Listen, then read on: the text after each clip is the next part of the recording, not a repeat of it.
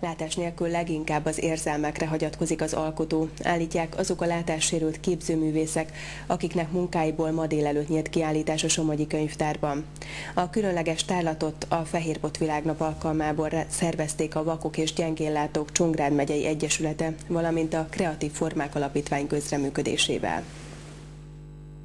Ezzel majdnem olyan működik az ember, a sötétségben indul a fény fele. Dancs Miklós Jeruzsálemben készítette ezt a képet. A gyengénlátó férfi 3 festménye mellett 17 vak és látássérült alkotó munkáit állították ki a Somogyi Könyvtár alaksorában. Én valamennyit azért látok, de inkább érzem azt a dolgot, amit csinálunk, szóval ez érzem is. És így könnyebb. A különleges tárlaton a látássérült alkotók képei mellett a tapintással érzékelhető festmények is nagy sikert arattak.